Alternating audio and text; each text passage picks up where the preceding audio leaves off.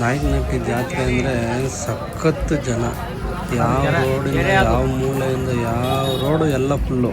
ಜಾತ್ರೆ ಅಂದರೆ ಜನ, ಅಷ್ಟು ದೇವರು ನಂಬಿಕೆ ಅಲ್ಲಿ ಪವಾಡನೇ ನಡೆಯುತ್ತೆ, ಅದರಿಂದ ಅಷ್ಟು ಜನ ಬರುತ್ತೆ.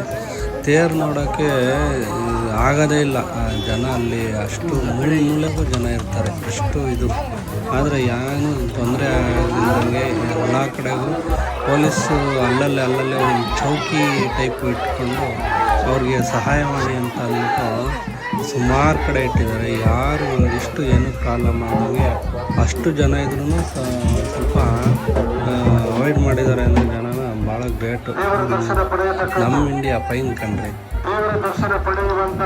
ನೋಡ್ರಿ, ತೇರಿಗೆ ಹೂನಾರ ಹೈಟ್ಗೆ ಎತ್ಕೊಡೋಕ್ಕಲ್ಲ, ಗಾಲಿ ದೊಡ್ಡ ಗಾಲಿ, ಏನು 10 ಅಡಿ ಇದಾವೆ, 8 ಅಡಿ ಸ್ಟಡಿ ಅಂತ ಆದರೆ ಹೈಟ್ ಇರೋದಕ್ಕೆ ಒಂದು ಹೈಟ್ ಕೋಲಲ್ಲಿ ದಾರ ಇದು ಮಾಡಿಕೊಂಡು ಅವ್ರಿಗೆ ಎಟ್ಕಂಗೆ ಕೊಡ್ತಾರೆ.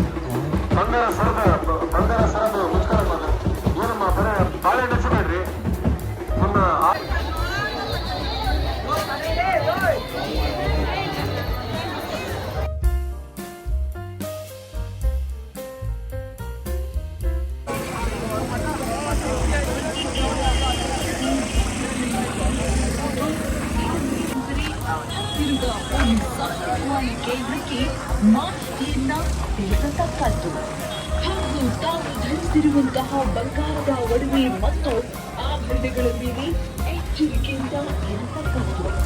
ಇದು ಚಿತ್ರದುರ್ಗ ಜಿಲ್ಲಾ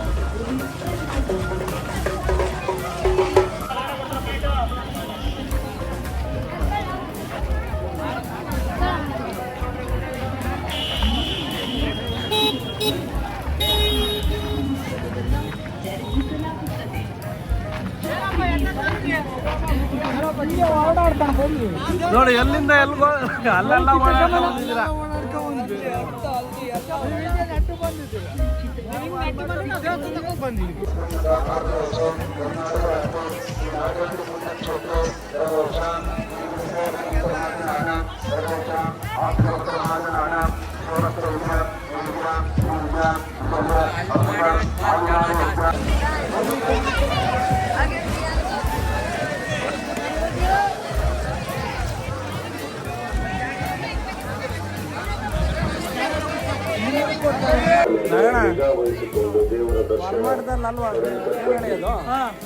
ನಂತರ ಜಾತ್ರೆಯಲ್ಲಿ ನಾವು ಬಂದಿದ್ದು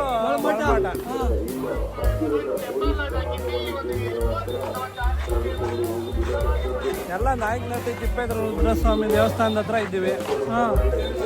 ವಿಡಿಯೋ ಕಾಲ್ ಮಾಡಿದ್ವಿ, ಅಲ್ಲ ಯೂಟ್ಯೂಬ್ ಚಾನಲ್ಗೆ.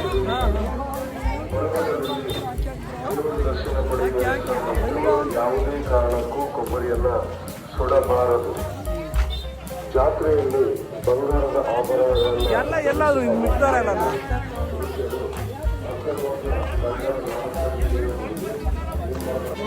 ಯಾವ ದೇವಸ್ಥಾನ ಜಾತ್ರೆಗೆ ಬಂದಿರೋದು ನಾವು? ನಾಯಕನಹಟ್ಟಿ ತಿಪ್ಪೇರುದ್ರಸ್ವಾಮಿ ದೇವಸ್ಥಾನ ಒಳಮಠ. ಇದು ಒಳಮಠ. ಈಗ ಎಂಟ್ರಿ.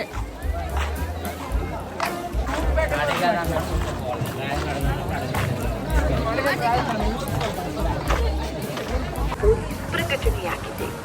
ನಾಯಕನಹಟ್ಟಿ ಶ್ರೀ ಗುರು ತಿಪ್ಪೇರುದ್ರಸ್ವಾಮಿ ಜಾತ್ರೆಗೆ ಬಂದಿರುವ ಭಕ್ತಾದಿಗಳಿಗೆ ಈ ಮೂಲಕ ತಿಳಿಯಪಡಿಸುವುದೇನೆಂದರೆ, ಮಾನ್ಯ ಘನ ಸರ್ವೋಚ್ಚ ನ್ಯಾಯಾಲಯದ ಆದೇಶದಂತೆ ಜಾತ್ರೆಯಲ್ಲಿ ಪ್ರಾಣಿಗಳನ್ನೆಲ್ಲ ಸಂಪೂರ್ಣವಾಗಿ ನಿಷೇಧಿಸಲಾಗಿದ್ದು, ಕುರಿ, ಕೋಳಿ ಮುಂತಾದ ಪ್ರಾಣಿಗಳ ಬಂಧನ ನೀಡಿದ್ದಲ್ಲಿ ಅಂಥದರ ವಿರುದ್ಧ ಕಠಿಣ ಕಾನೂನು ಕ್ರಮವನ್ನು ಜರುಗಿಸಲಾಗುತ್ತದೆ.